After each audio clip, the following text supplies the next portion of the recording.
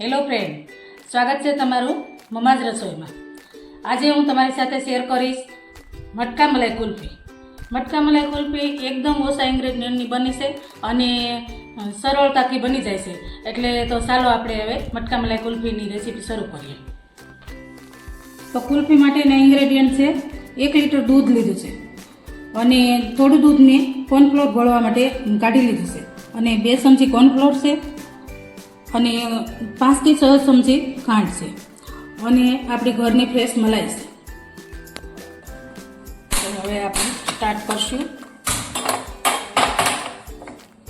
જાડા તળિયાવાળી એક પેન લેશું, તેમાં આપણે ખાંડ નાખી દઈશું।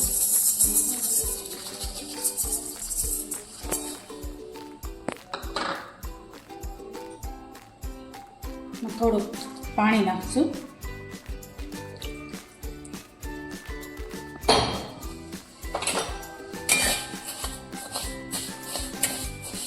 અને એને ધીમે ધીમે આપણે હલાવતા રહીશું।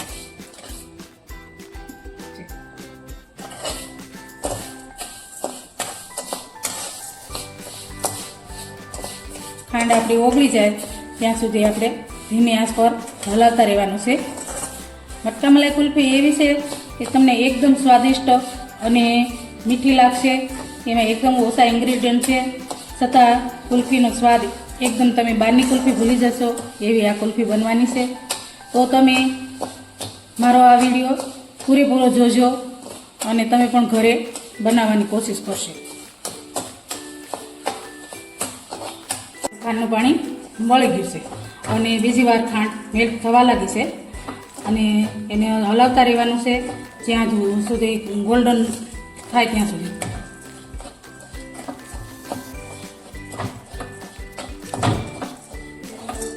ધીમી આંચે રાખવાનું એટલે આપણે એકદમ બ્રાઉન ન થઈ જાય।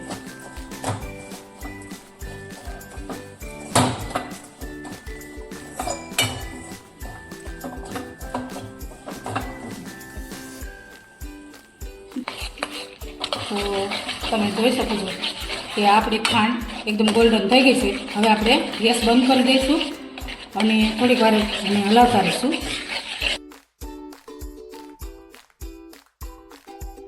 આપણે એમાં દૂધ નાખી દઈશું।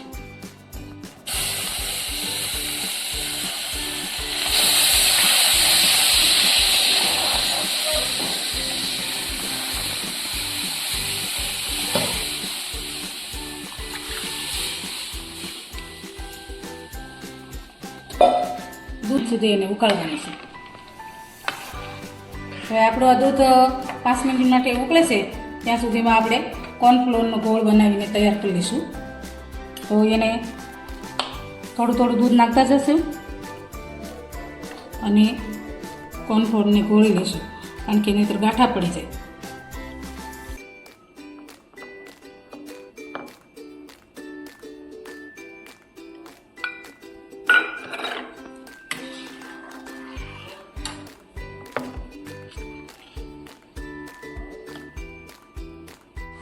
તો આપણે આ 5 થી 7 મિનિટ સુધી આપણું દૂધ લાવ્યું તો ઘણું દૂધ આપણું ઘાટું થઈ ગયું છે અને હવે એમાં આપણે ધીમે ધીમે કોર્નફ્લોર નાખીશું।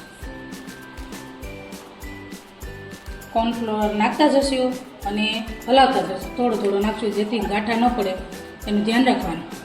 જો તમારે આગળ કોર્નફ્લોર ન હોય તો તમે કાજુની પેસ્ટ કરીને પણ નાખી શકો છો અને એ પણ ન હોય તો તમે ઘઉંનો લોટ પણ નાખી શકો છો અથવા બિસ્કિટનો ભૂકો કરીને પણ નાખી શકો છો।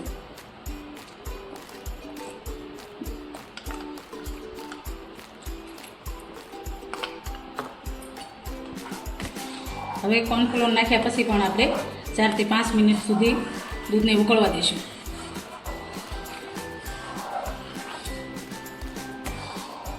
આ ક્વોલિટી એક કુલ્ફી એકદમ મીઠી બને છે અને સ્વાદિષ્ટ થાય છે। ઓછા ઇન્ગ્રેડિયન્ટમાં બહુ સરસ રીતે સારી બને છે। કોઈ પણ જાતના ઇન્ગ્રેડિયન્ટની જરૂર પડતી નથી કે નથી કોઈ ફ્લેવરની જરૂર પડતી કે નથી મિલ્ક પાવડર નાખવો પડતો, તો છતાં આપણી કુલ્ફી એકદમ ટેસ્ટી બને છે। તો તમે આ કુલ્ફી બનાવવા ઘરે જરૂરથી ટ્રાય કરશો।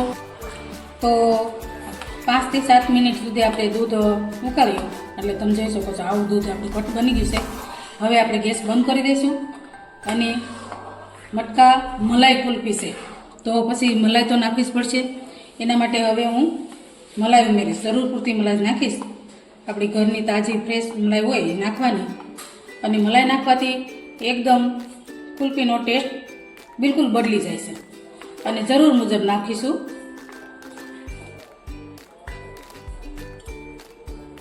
આવી રીતે મલાઈ નાખી અને થોડીક વાર એને હલાવી દઈશું અને ઠંડુ થવા દઈશું. પછી ત્યાર પછી આપણે એને મોલ્ડમાં ભરી દઈશું. તમારી આગળ જો મટકાનો મોલ્ડ હોય તો તેમાં ભરી લેવાના અને ન હોય તો સિલિકોનના મોલ્ડ હોય અથવા તો પેપરકોન હોય અથવા તો તમારે આગળ કોઈ એવો ડબ્બો હોય એટાઈટ નાનો ડબ્બો હોય ગમે તેમાં ભરી શકો છો. ગ્લાસમાં પણ ભરીને પણ એનો સ્વાદ મટકા કુલ્ફીનો જ આવશે.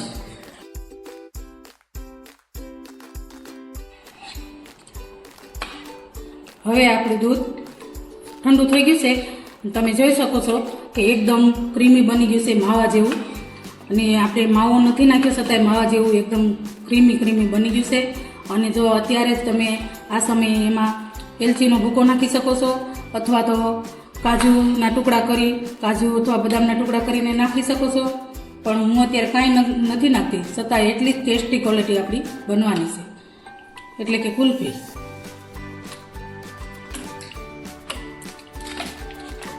હવે આપણે આ મોલ્ડમાં ભરી દઈશું. જો આપણું દૂધ ઠંડુ થઈ ગયું છે હવે મોલ્ડમાં ભરી દઈશું અને એને આપણે 7 થી 8 કલાક માટે ઠંડુ થવા મૂકી દઈશું ફ્રીજમાં. તમારી આગળ જો ઓલા કપ પેપર કપ હોય તો એમાં પણ નાખી શકાય, ડબ્બામાં પણ ભરી શકાય. આપણે અત્યારે મોલ્ડમાં ભરી લઈશું. આ રીતે બધી કુલ્ફી ભરી લઈશું.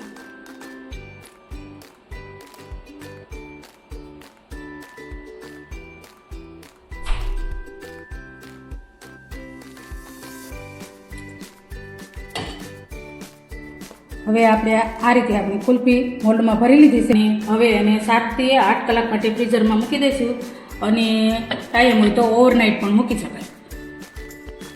હવે આપણી કુલ્ફી 10 થી 12 કલાક સુધી આપણે ફ્રીઝરમાં મૂકી હતી સેટ થવા. તો હવે જોઈએ બનીને રેડી છે કે કેમ. તો જો તમે જોઈ શકો છો આપણી કુલ્ફી એકદમ બનીને રેડી થઈ ગઈ છે અને મસ્ત ટેસ્ટી અને યમી. એની માથે આપણે બદામની કતરણથી ગાર્નિશ કરશું. આવી કુલ્ફી તમે ઘરે ચોક્કસથી બનાવશો તો તમે બજારની લાવવાની ભૂલી જશો અને એકદમ સ્વાદિષ્ટ અને મીઠી આપણી કુલ્ફી તૈયાર છે.